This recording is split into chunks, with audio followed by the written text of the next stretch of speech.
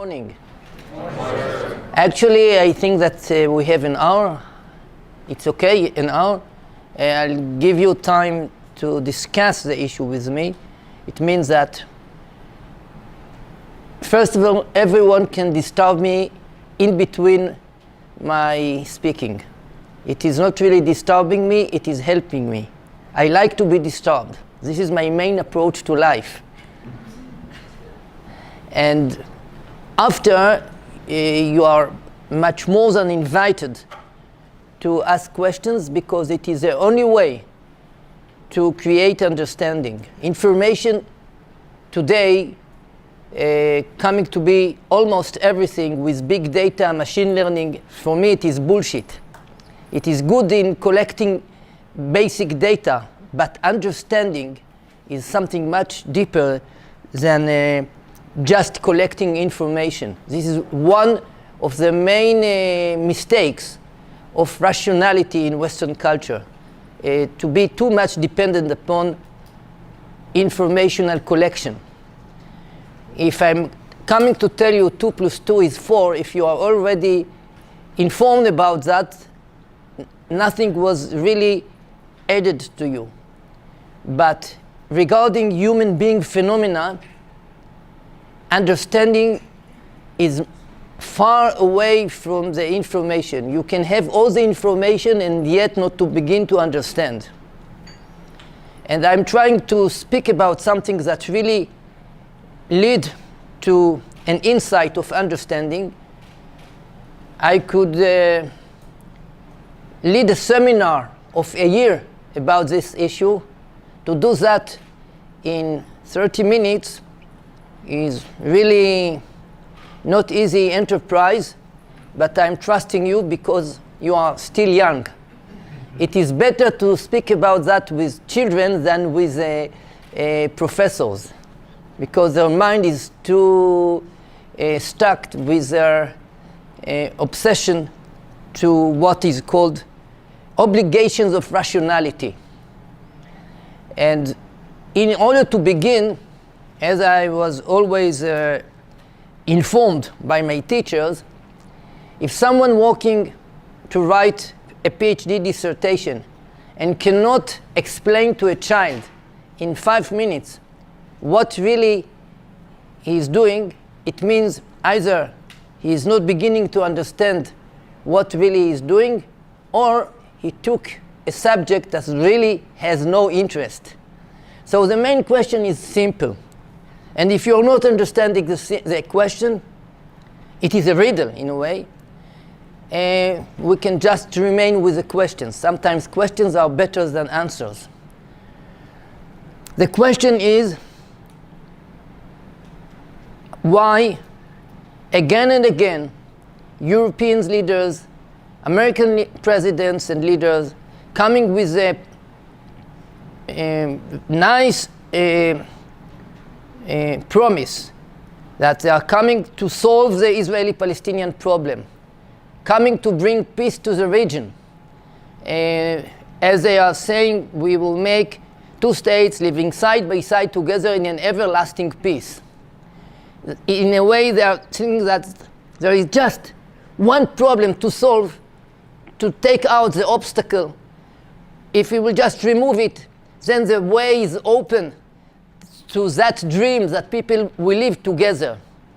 Why again and again it is not working? What's wrong with the dream of all American presidents, including President Trump, that I think he made a very important transition in the approach, but yet he's speaking about a deal. What's the main difference between making a deal in real estate business and making a deal in trying to solve a national and religious conflict? This is the main question. Is it quite clear? And I'll try to explain that. And it is not only a problem regarding the American leaders coming to solve problems here. It is a problem with Israeli leaders as well. The main difference between Ben Gurion and Menachem Begin, And the main difference between the approach of the first leaders came from the socialistic trend, like Ben-Gurion and Levi Eshkol. On the other side, those who came from a bourgeois trend, like Menachem Begin. When Menachem Begin went to the peace agreement with Egypt, he wanted to get a final contract to make it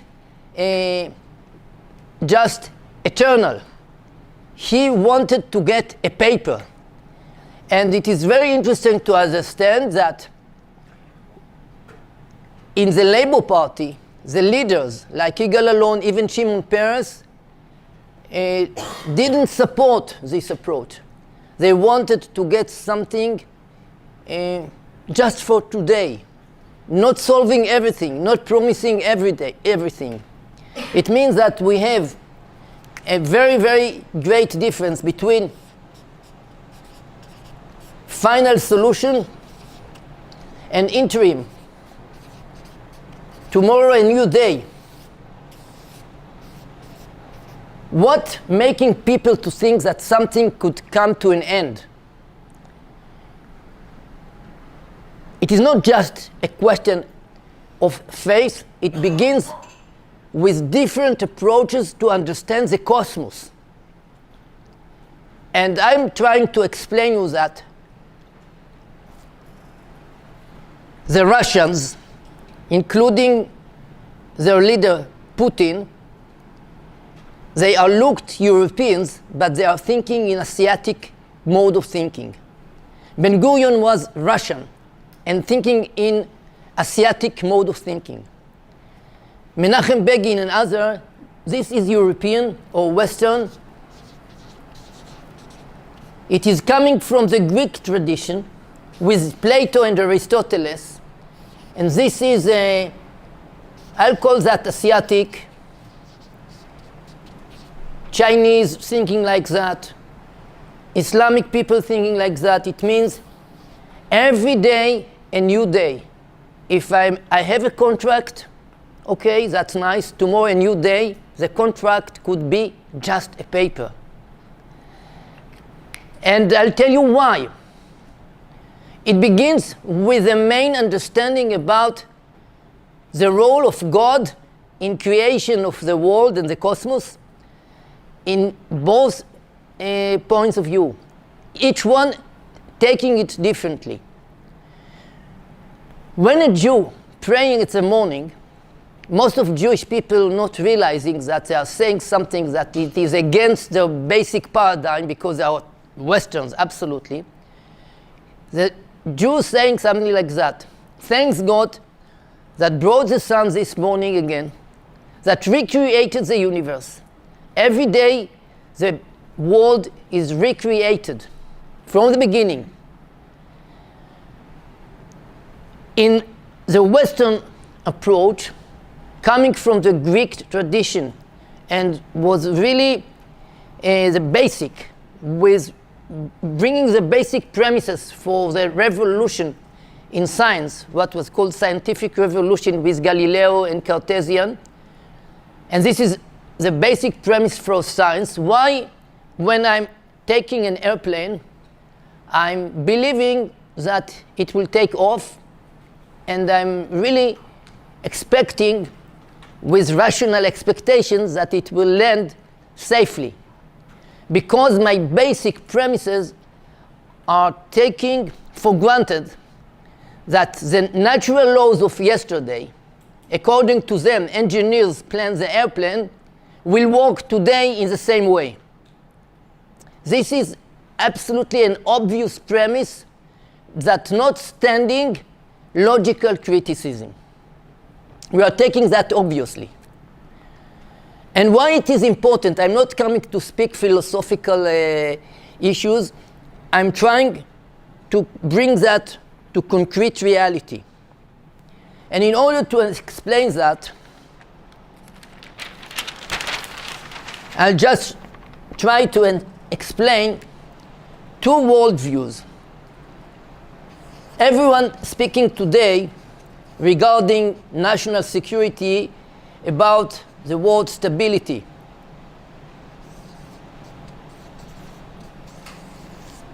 Two approaches for that.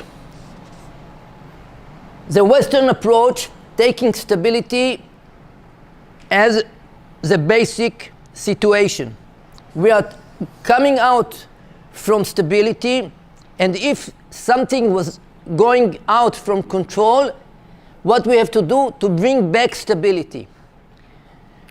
The other way to look upon stability, it is equilibrium. What it means, like the sea, it looks now stable. Tomorrow a new day. The stability that was achieved now, it is not because the order of nature came to a moment of absolute stability. It is just happened today, tomorrow a new day. And it happened because of coexistence of a lot of powers creating a kind of interim equilibrium. You understanding me? This is the main key to understand the two paradigms regarding conflicts. The Western approach to stability, taking the cosmos like a train system. If the train fell down from the track, it is an accident. We have to fix the track, to bring back the engine and the all cabins to the track, and order coming back with stability and with routine. Management, by that paradigm, is about building a system that coming to work with an inner system of fixed laws. Therefore, the best manager is one that succeeding to create stability and everything going by routine. The other approach, saying that's good with trains. Of course, I don't want to take a train that not based upon basic engineering principles of planning, but life is not management of trains. Even daily life of couples is not a train. Every day a new day. It means that management is about the change. Something is changing, and I must be aware about the change and be aware about the new emerging phenomena. Here there is no acceptance of emerging phenomena. You understand me?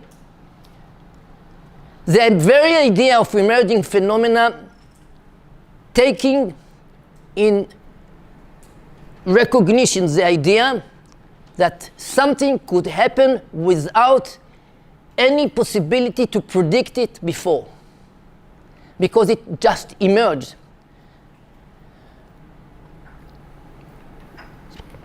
To be very, very concrete, I'll come to something everyone knows from his own life. In a Catholic Christian wedding, there are promises, promising love until death. In Jewish wedding, no promises. What they are doing in Jewish ceremony, in the middle of the ceremony, they are reading a contract saying that if we are divorced, that and that is a contract about what the woman going to get. What it means, in the very happy moment, we are saying, tomorrow, a new day, nobody could predict what will come out tomorrow. Everything that looked very stable and nice now, tomorrow, if it will not recreated with new functions, with new rationale, with a new motivation, it will just vanish. Absolutely two approaches. And why it is so important about understanding reality in the Middle East. When Western paradigm coming to explain, to understand the situation in the Middle East, they are coming with the idea that, like an accident, when we are making a reverse engineering by analyzing an accident, of course, I'm respecting engineering. About airplanes and machines, it is absolutely true to approach life like that. By reverse engineering, we are trying to make an effort to find the cause for the accident. And if it was solved, we are safe. So they are coming with the idea that we will just find several obstacles, remove them, and then everyone live in good tranquility, two states side by side together in an everlasting peace. Everlasting is the very word, everlasting. I'm asking what could be everlasting in life? Nothing. Ask Apple, for example, about that. When they succeeded to create that, there is an immediate competition with someone else competing with them. You cannot say just, I did it and now I'm stable. Tomorrow a new day. Why, if it is so clear in domains of economical competition, it is not so clear about a relationship between states. A new day, a new competition, a new conflict, a new challenges, etc. As Kissinger was saying, by taking a Chinese idiom, he said, the problem you are solving today, giving in your hand the ticket for the new problem of tomorrow. And sometimes the problem of today is better than the new problems that you created in your own solution. This is absolutely two approaches. And what really is the impact of that?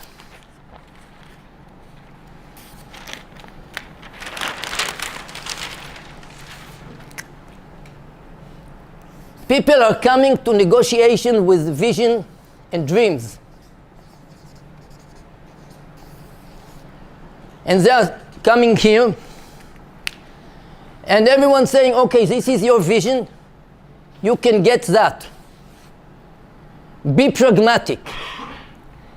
As Trump trying to tell the Arabs, we will bring you economical support, and you will get new prosperity conditions, and this will bring you to put aside your dreams, your vision.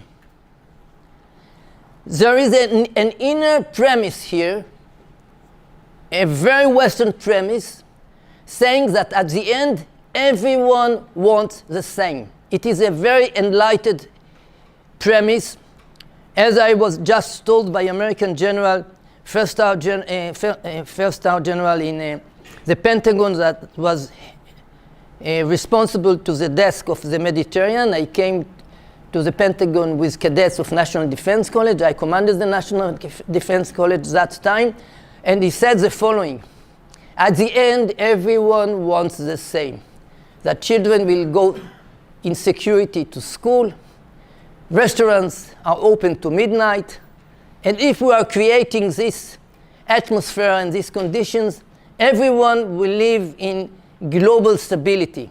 I told him, listen, not only you are far away from understanding bin Laden, you are far away from beginning to understand me. Because if that's what I have in my life, this is my dream, why not to try to find that in New Jersey, in Brooklyn, in Los Angeles, without the obligation to struggle every day here for doing that in Israel?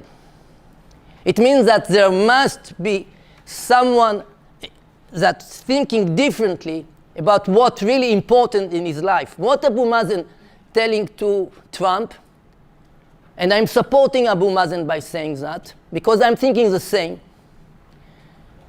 We will not let you to transform the Palestinian problem from an essential problem to an economical and humanitarian problem. It is not that. It is not that they are not well fitted. We are bringing them conditions to be well fitted, and then everything is solved. What it means, The enlightened idea is thinking like that. That if we are bringing in, we will call that A and this B, no one coming to negotiate about dreams. It is not on the table in negotiation.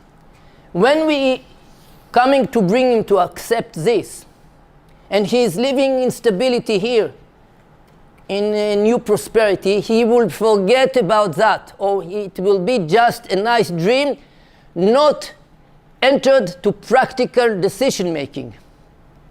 Because we succeeded like that, like a train, to remove the train from one track to another track. And if it was already removed, it cannot jump to another track.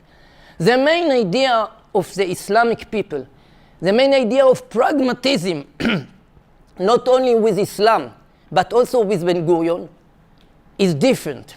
When Ben-Gurion in 1937 accepted the division of this land to get a small part of this land to build a state, he was pragmatic.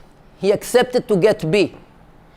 But he emphasized that it is just stage one. We are coming to take what we can get now with expectation to wait to new conditions, new opportunity. When new opportunity will come, we will try to come to this. When I explained that to a man that was a general responsible to the intelligence branch in IDF, Uri Sagi, that dramatically was a believer in peace treatment with Syria, he told me, you are thinking in the deterministic manner. You are thinking that anyhow, if they'll come to here, they will not forget that, and deterministically they will try to go ahead to come to that. I told him, maybe you are thinking deterministically by taking the premise that if they'll come that deterministically because they are enlightened, they will prefer good life and give away the obligation to go ahead with the struggle. And here, entering the motivation of faith. Because faith in Islam and faith in Christianity are not really exactly the same. Faith in Islam from the beginning coming together, combined with political considerations, with pragmatic considerations. They are not divided. It means the politician coming to his work inspired by faith obligations, and faith obligations are coming to political arena in order to learn what could be achieved today according to the pragmatical circumstances. They are not divided. They are all every day just examined in a new manner what could be achieved today. It means that if the idea of pragmatism coming to be, it means it is final, it is an end, and the dream remain just an ethos, something not really influencing practical reasoning. In regarding faith, it means faith is eternal, is forever. What I'm doing when I'm pragmatic, it is just to make a bypass of an obstacle because I'm pragmatic. But it is not that I'm bringing aside and not taking seriously my obligation to the eternal vision. A concrete example, President Rouhani, the leader of Iran, in the year 2014, he had a lot of troubles with the sanctions, with other difficulties. Before Ramadan, he spoke with the religious leaders, explained them why he's going to sign the agreement with Obama.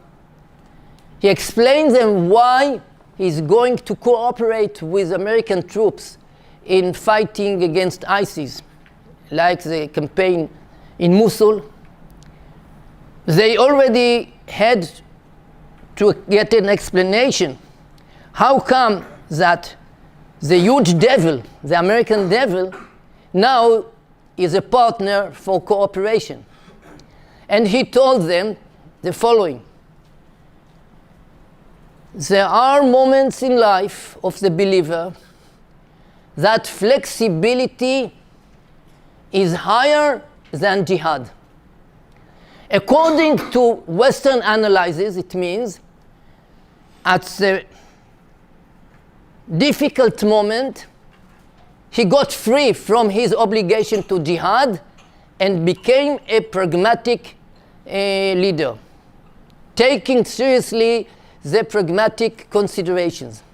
In my point of view, exactly the opposite. At the moment of difficulties, he just colored the reality and the necessity for flexibility with the color of jihad. The jihad is a flexible idea. It is not something that bringing them to a suicide practical reasoning. Not at all.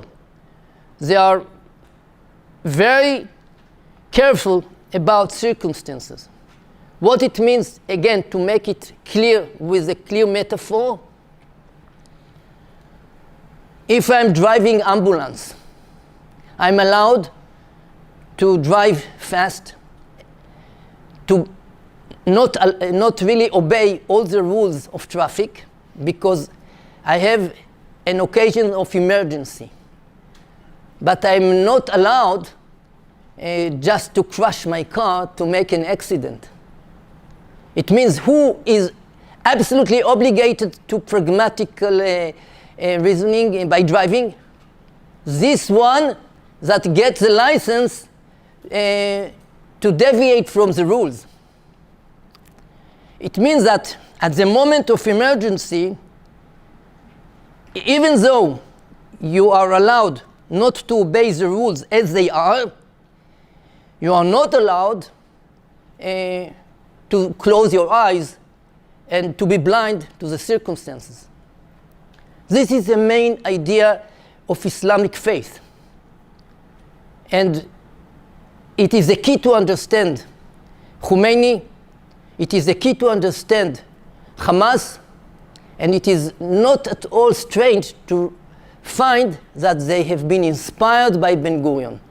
Hassan el-Banna, the Islamic leader that known to be the founder of Islamic Brothers, he said publicly that he was inspired by Ben Gurion.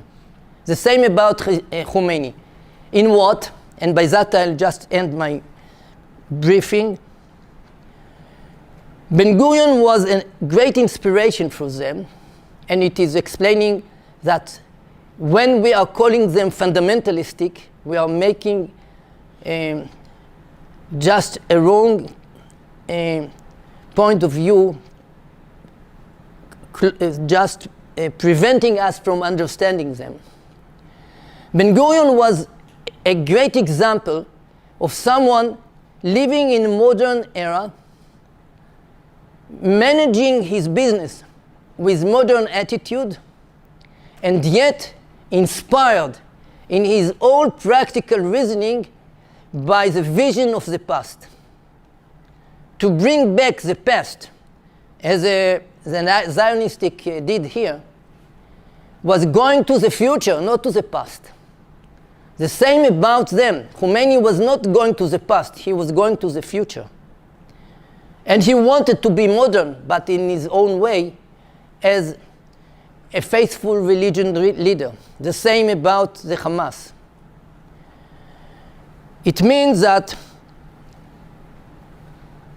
to say that very shortly, the main mistake is to engagement with the Israelis. He did the opposite. He told them, I'm aware about inferiority that couldn't be really solved in that year. Therefore, I'm taking our inferiority in planning. Therefore, we are not going to take all Sinai. What we are going to do is just to take 5 kilometers eastern to the Suez Canal. What it means to the Air Force commander. I'm not asking you to be in the same standard of the Israelis. We will create a great air defense system here, and this will create protection to our troops on the ground with excellent Russian air defense system. What they are doing, they are taking Israeli advantages regarding this front. It is a logic not of positive superiority, but negative, to take the Israeli superiority, to prevent it. Anti-access, what is called. The same about the armor. He equipped his troops with a lot of anti-tank missiles, and when the Israelis' armor coming to attack them, they will prevent the Israeli superiority in maneuvering. Again, it was negative to take advantages from the other. And by that, he waited to what I called emerging phenomena. Something will emerge by that. What really will emerge, he cannot put it in a plan. It is not a kind of industrial plan. It will happen, and we will see. The Israelis couldn't understand that this is his logic, because they thought that if he is rational and he is aware about his inferiority, and there is no chance to enter to the deep distance of the desert, because he will fail to give support, Air Force support in this depth, then he will fail. Therefore, if he is rational, he will not open a war. But he came with alternative rationality. Why it is important to young officers? Because it is interesting to know that after the war, a lot of help was given by the Americans. Immediately, the air train supplying new weapons, new tanks, new airplanes, ammunition. And Kissinger told the lady that was Prime Minister, Golda Meir, he told her like that: you suffered in that campaign less than 3,000 soldiers. It is nothing in comparing it to what was the losses in Second World War. Just in Omar Beach, 75 years ago, in one day the Americans lost 4,000 soldiers. So what it is, 3,000 soldiers, even less. And if you are in shock from that, maybe you are not really deserve to keep sovereignty. Because the engagement in the Sinai front, including the Golan front, together have been more intensive than the main battlefields in Second World War. Just take in consideration the fact that in Kursk campaign, the last counter-offensive of the Germans against the Russians, they lost wounded and killed soldiers, 500,000 soldiers in a week. So who can compare 3,000 soldiers? And I'll tell you what was the Israeli shock. The main shock was that the lieutenants and captains in the first 2 or 3 days realized that they are the first to understand that they are facing a new challenge, a new method of warfare, and they realize that those who are obeying the orders are just sent to be killed. They realize that the whole logic of the commanders, not really getting the understanding of the change. Who was the first to understand the change? Those who are in the friction, the young soldiers. To give you a feeling of the atmosphere, after 3 days of fighting, there was an Israeli pilot in Israeli Air Force that participated as an American Phantom pilot in Vietnam. Then he came to Israel, and he was an Israeli Air Force pilot. His friends coming at morning told him, "Wake up, we are going to attack the headquarters of the general staff." And he asked where. They told him in Damascus. He said, "Oh, I just wanted that we will be sent to attack the general staff headquarters in Tel Aviv." Why? Because the orders sent them to just find irrelevancy. The feeling that you are getting irrelevant orders are really a source of disaster, a source of crisis. I was a young soldier at that time in Sinai, and the mistrust of the higher echelon command really led to a crisis. As a division commander, for example, as a brigade commander, I told them, "You will be the first to understand that something else is going on, and I'll be dependent upon your realization, and you must teach me what's going on." It means that there will be a moment in which, with all your wisdom, you can lead to open the blind eyes of your generals. Okay? If you are going to see the excellent movie Saving Private Ryan, it is bringing the same message. Captain Miller is the hero of this movie. He is saving the situation along all the way. In landing at the wrong beach, it was a mistake of the general. And he saved the situation by his initiative brevity. And the same in the bridge that the paratroopers took, and he immediately understood that what the generals must do if there is a bridge open to exploitation of success, just to bring the divisions to make the opportunity to be fulfilled, and nothing happened. So he saved the situation, and he was just a reservist, a teacher, not a professional soldier. But what he had in mind, the capability to learn in himself the situation. It means that if you are taking the basic awareness that everything changing, and you will be the first to know that something else going on, and you will be able to conceptualize that, this is your role. Nothing more, I think. Any other questions? Gershon, can you tell them from your own experience, when did you have an incident, as you explained, through your own service? I have a lot, but I'll give you one small anecdote that I used that anecdote in a panel with European Union experts.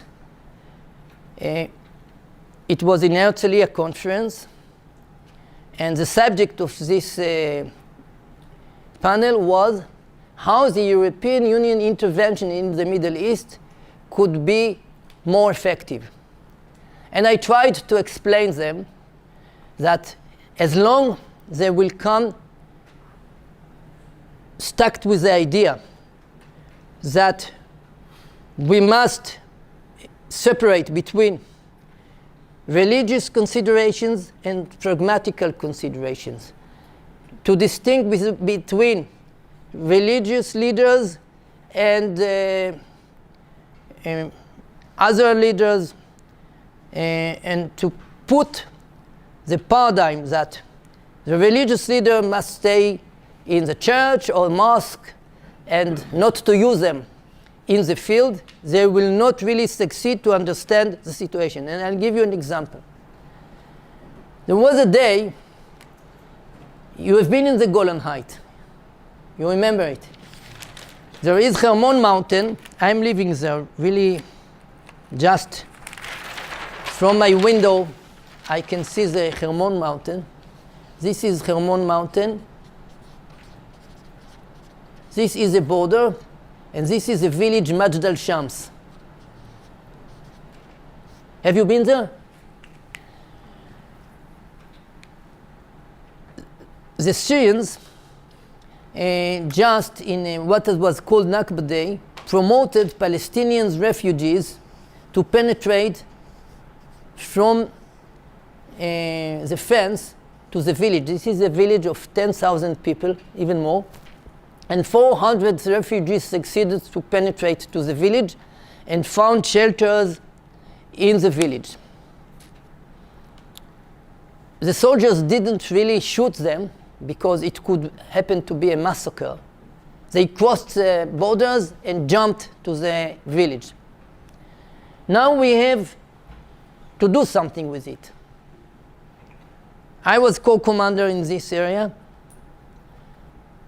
The northern commander was Gadi Eisenkot, became later chief of staff.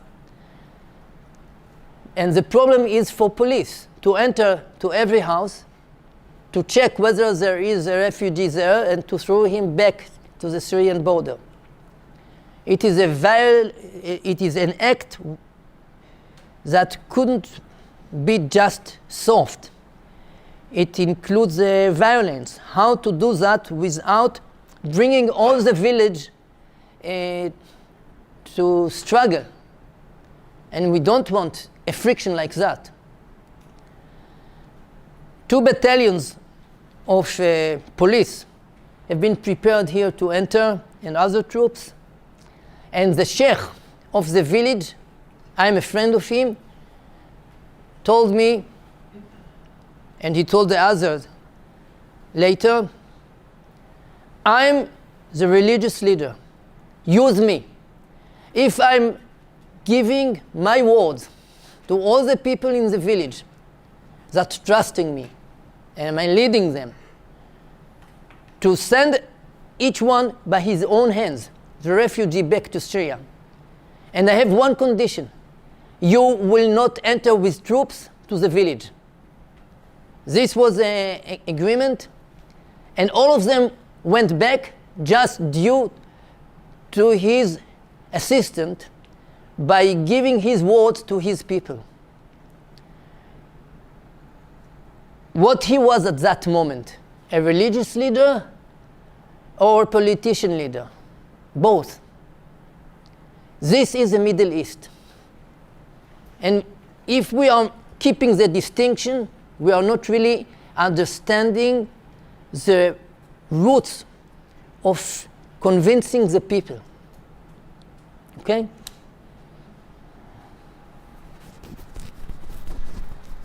You have a question? Yeah, I've got a question for you about faith and about command and about contradictions that I think everyone will be interested in. The disengagement from the Gaza Strip in 2005, is it correct you oversaw that disengagement? You were the commander of the disengagement? There are people who've said to me that you were selected for that in part because of your religious faith and your religious understanding. So what I want to ask you is, one, how did you reconcile the disengagement, given that I understand you're opposed to that idea? And 2, do you think that the concession of land in the pursuit of peace is sensible in the future for the Israel-Palestinian conflict? Well, each word is another lecture, okay? To make it short, first of all, that's true that I commanded the disengagement from Gaza. It is not true that I was really selected because I'm religious. It was just arbitrarily happened because I was that time 36th Division, and they need a division headquarter to lead that operation. What happens there is a movie. There was a movie about that made by Channel 4, the British Channel 4 that accompanied me, really giving an access to what really happened. You can find that. But I really was aware about the way I'm going to solve it. For a lot of people in Israel, because they really tried, those from the left side, even Sharon, wanted to make this engagement with the settlers like Gettysburg, what was Gettysburg in the Civil Warfare. It means that in the same way that after Gettysburg, the war was not ended, but already it was quite clear that it is going to end in the victory of the North. They wanted to bring that to an escalation, to isolate the settlers there, to bring them to behave in a way that they will lose legitimacy in the Israeli society, in a way that was written in Haaretz newspaper by a lot of left-wing leaders, that the Zionistic river will come to an obstacle and then will make a turn, not anymore the understanding of Zionism going together with settlements. What I tried to do is different. I tried to prevent it from being a Gettysburg. I convinced the leaders of the settlements, of the settlers, that they are not going to the fatal end by struggling, because they have another struggle after in Judea and Samaria. So they must create a struggle that will mark that Jews are not leaving their home without a struggle, but the Zionistic river that will face the obstacle will bypass and go ahead. And it was really exemplified in my operational manner. And this is the explanation why a campaign that was planned for 1 month was ended less than 10 days. But here, coming to understand what happened from the adversary point of view, they didn't look upon what happened by interpreting that as a goodwill of the Israelis, giving them land in order to build their own prosperity land. They just interpreted that as a weakness of the Israelis. That we are weak, we are withdrawing, we are escaping from engaging with them. So what they wanted? To go more to another step. Instead of taking them from one track of struggle to a track of cooperation in coexistence in life, they preferred the ongoing with equipped and fire rockets struggle. Therefore, I think that to make another withdrawal is a huge mistake, and I'm thanking God that we have this laboratory in order to explain to everybody, not only in Israel, what is a potential risk if we will withdraw from Judea and Samaria. And more about how they are thinking. A man like Yahya Sanwar, I'm really respecting him, with faith. How he's making practical reasoning by taking faith in his own decision making. He launched last engagement 700 rockets. It could lead to a war. He doesn't want a war. How we can explain his behavior if he's rational? He's really aware about the risk of war, about the destruction of war, about the fact that IDF could absolutely destroy him himself and all his troops, and yet doing everything that could just glide to war. By that, he's taking God as part of decision making. He's launching 700 rockets and saying, God, I'm just fulfilling my obligation. Now it is in your own hands. The outcome and the result are arbitrary. If people are killed or not, it is not anymore in his hands. The rockets have been launched. If they will just fell in a kindergarten, killed dozens of children, Israel will be obliged to open a war because of public opinion.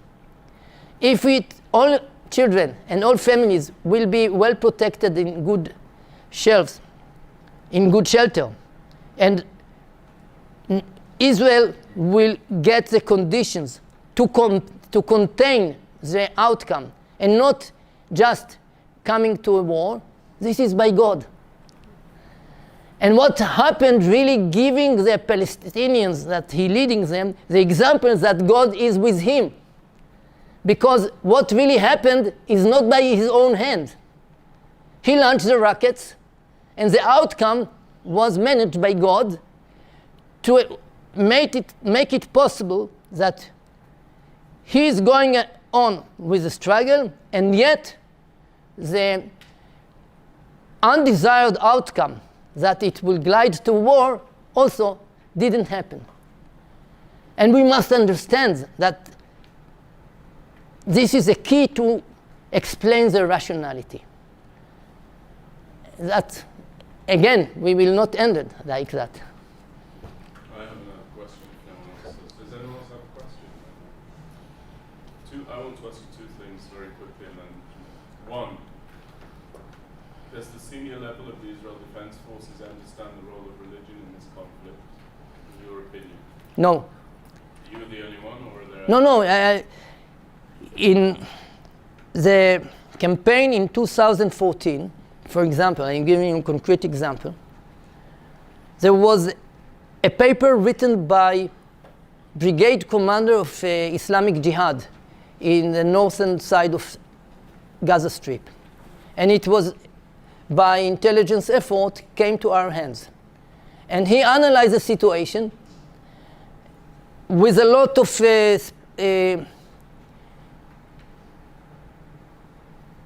words and allusions to Quran, to other sources of inspiration. And the captains in the intelligence research division understood from that paper that the campaign not going to end in a week. Chief of Staff was sure that the campaign is going to end in a week. This person analyzed why it is going longer and longer than the Israeli expecting. It was a great analysis. And the head of this division said, it is not interesting, it is a religious paper. So they gave it to me. I spoke with the deputy division commander of the research division. He's religious with kippah. His parents lived in Gush Katif in Gaza Strip, and I took them out from the house. And he said, of course, it is just full with Quran citations. It is not at all a strategic analysis. I told him, you have a kippah on your head. You are praying every morning, but you are not beginning to understand faith. Because you are leaving God in your synagogue when you are coming to your work. They are taking God to the desk of their work. Just one example, what was written there. You know that Islamic speaking about what is maktub. Maktub, it means that the outcome was already by deterministic decision made already by God. If someone finds death in an accident, what in Arabic said, Walla maktub. It means it was already sentenced by God.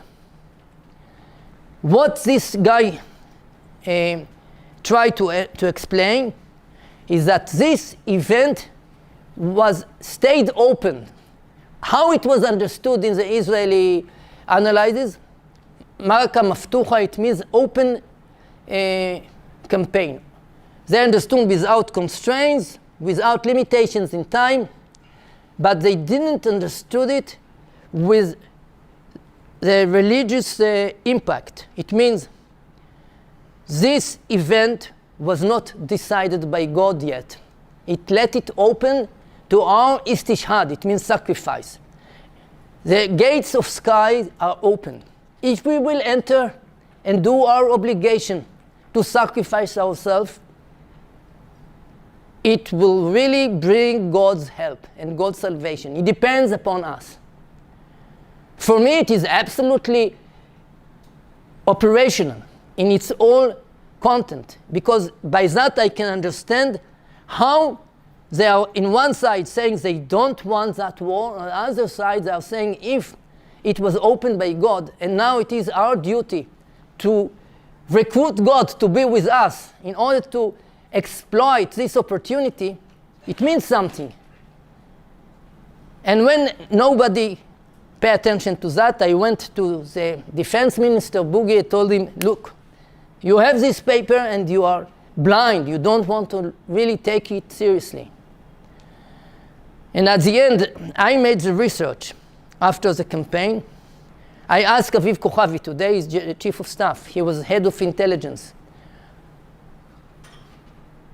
And he told me, in absolute honesty, I must admit, he's saying, I knew all the places in which the rockets are located, but I didn't have any access to the rationality.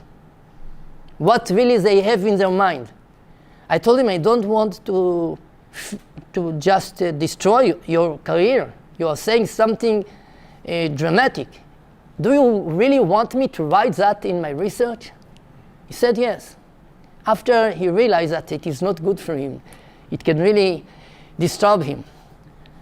But this is really the great example of how the approach of collecting data that are very important to bring ammunition to target, is nothing by trying to understand the raison d'etre of all these phenomena. So really we have difficulties with it. My last question. Oh. Isaiah's got a question, and then I'll go. I'm Isaiah Sampson from the United States Air Force Academy. Sir, my question is pertaining, if I'm understanding correctly, basically we're working, there's a certain culture that's working in their paradigm and not really embracing the other paradigm. But you mentioned something earlier that I thought was interesting. You said if there's more than one rationality, then that makes rationality kind of fall apart in a sense. Yes. Because there's only supposed to be one. But I guess working with religion, so if you're making a rational argument with someone, you can use the basis of finding one rationality to kind of find a solution. But I guess with religion, because their God, the way they view God is different, even if you understand that, how do you, I don't know if I'm clear right now, but how do you find... You're clear. Okay, yeah. Because there can be one rationality, but there's two gods. Wow. So how do you find... No, I'll tell you. I'm not claiming that I have a real key for interpretation. What I'm claiming is that we are facing a complex phenomena. Complexity is, by just saying that there is complexity, is to say that we are facing a situation in which not everything could be well analyzed. The main difference between people that are believing in absolute rationality, that they are absolutely modern, believing that if I'm finding myself facing a complex situation, It is not that there is not a way to analyze it. It is that I'm not clever enough. I am not educated enough. Didn't make the enough effort to do it. But there must be someone clever enough or huge system of computers that are planned in a right manner, and that could be solved. It means that the difference between complexity and something that is simple is just that I yet didn't find a way to make the complex simple. My attitude is that basically there are phenomena that, to begin with, they are complex. Education, for example, it is a complex phenomenon. I can take two cadets, two students, two sons of mine, send them to the same school, to the same systems. The outcome is uncontrolled and will not come the same. This is absolutely a good example, everyone knows, of complexity. In industrial line, I cannot accept complexity. I cannot say as a manager of industrial line, look, you wanted from me to produce a private car. I'm apologizing. It happened by emerging phenomena to be a truck. Couldn't happen. But with education, it could happen. Okay? Last question. Yeah. All right. Cadet Drake from the United States Military Academy. I'm just wondering, how did you come to this conclusion, or what in your life allowed you, or enabled you rather, to consider different perspectives that most military people wouldn't? Because in my military, I feel like a lot of officers and a lot of leaders are very much by the books, like there's one right answer. I'll tell you, I really don't know. I have clever brothers, and I'm asking how they succeeding, each one in his own profession, to do something like that, and how our parents succeeded to bring that to happen.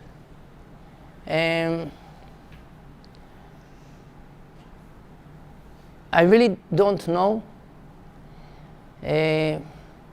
Maybe it's a gift by God. I cannot promise that my children will get my approach. Maybe it is by accident. I'm sorry, I do want to ask one question, but I want a really short answer because I've never had the chance to ask you this, and I think it's And now you want. Yes, I'm sorry. So General John Allen, you worked with General John. No. You I criticized him. I wrote about him. Thank you. So I want to know about this because for those in the room, these are people who are bound for something of a career in the military. And General John Allen, for those of you who are unaware, was the individual assigned to bringing about the defense aspect of the peace negotiations between the Obama administration, Israel, and the Palestinian Authority. And Moshe Ya'alon, who they heard from the Knesset, Bogi, was very critical of General John Allen's plan, and I know that you were critical of him. Now, without speaking to the man, but rather to the issue, can you please say, fundamentally, what did General John Allen understand about Israel? Oh, okay. No, And what did he not understand? no, I'll tell you. And if you can do it briefly. No, of course, briefly. What was the main mission of John Allen is to bring Netanyahu to a junction like that. Either to accept peace or to be a fundamental fanatic against peace. How they tried to brought him to this corner. Netanyahu said, of course, I'm supporting peace, but I cannot just open the future of Israel to a potential threat to be unsecured. John Allen program was expected to bring the whole support for Israeli security anxieties in a way that's saying, listen, you are standing here, Netanyahu. You cannot anymore just tell a story that if we will accepting two-state solution, you are open Israel to potential threat. Because we are delivering Israel with the whole whole answers for the whole anxieties. First of all, of course, he's just ignoring, including Thomas Friedman, that worked not directly with him, but supporting him, ignoring the fact that the whole story of Israel is not about security. Security is byproduct. If I'm telling you that the whole effort was just in order to bring security to Jews that suffered in Auschwitz, you just visited Auschwitz, why not to bring them to Germany? Who burned and killed the Jews? The Germans. They are accepting to get now 6 million Jews. They will be absolutely profitable from that. They want them. So why to do that here? Just for security? We are here not because of security. Security is not the story. We are here because of the prophecy of prophets, because of other ambitions and motivation. And if Tel Aviv is not the gate to Jerusalem, it is just a corner of the networking system of Manhattan, a Brooklyn in the Mediterranean. The function of Tel Aviv is to be a gate to Jerusalem, and Jerusalem is not just West Jerusalem. This is a story. It means that if you wanted to bring Netanyahu to this junction of decision making, it is, yes, I want peace, but remember, I cannot accept what you are offering me in what could happen to be a huge Jewish ghetto in Tel Aviv. Ghetto not only regarding security considerations, regarding the whole function of what we are doing here, the whole raison d'etre.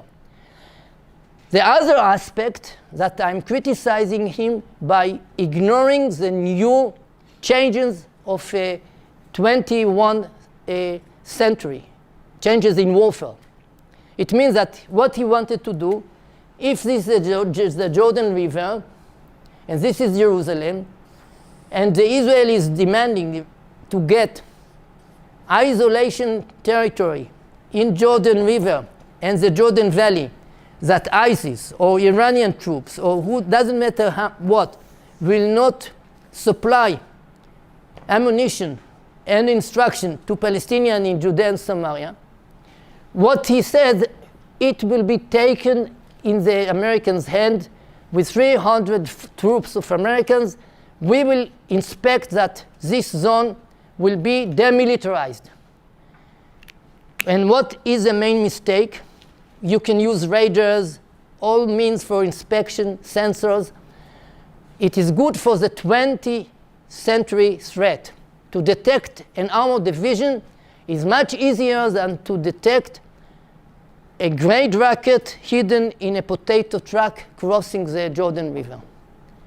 It means that the very idea that the Palestinian state will be kept demilitarized is impossible.